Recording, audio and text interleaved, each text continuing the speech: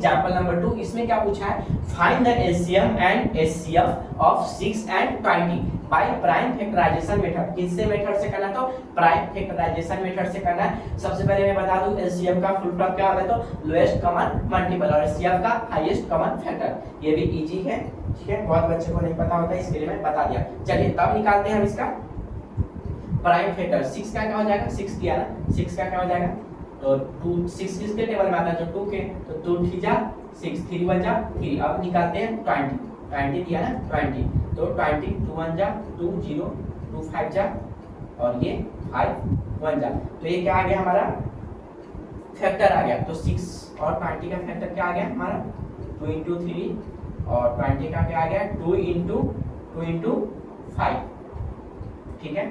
तो इसमें इतना ही करना था। कॉमन हम देख सकते हैं, कॉमन इसमें क्या है, दोनों में कॉमन क्या है, कॉमन पता है ना क्या होता है, मतलब दोनों नंबर में सेम नंबर देखना होता है। तो इसमें कॉमन क्या हो गया बाबू, ये नंबर हो गया, ठीक है, तो ये कॉमन हो गया। तो कॉमन जो होता है उसको हम क्या बोलते हैं, जो कॉमन नंबर होता है वो क्या होता है हमारा, क्या होता है हमारा एचसीएफ होता है, ठीक है। जो कॉमन नंबर होता है क्या होता है, एचसीएफ, क्या होता है हमारा एचसीएफ होता है। कॉमन नंबर क्या है 2, तो एचसीएफ क्या हो गया हमारा 2।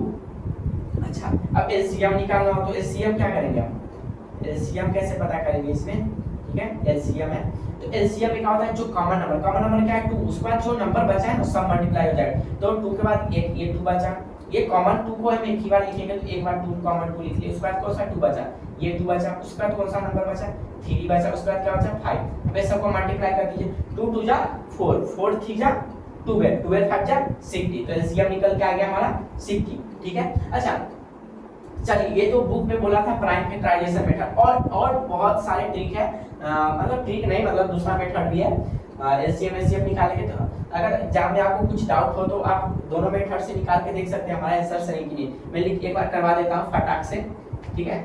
ऐसा ये डिवीजन मेथड है,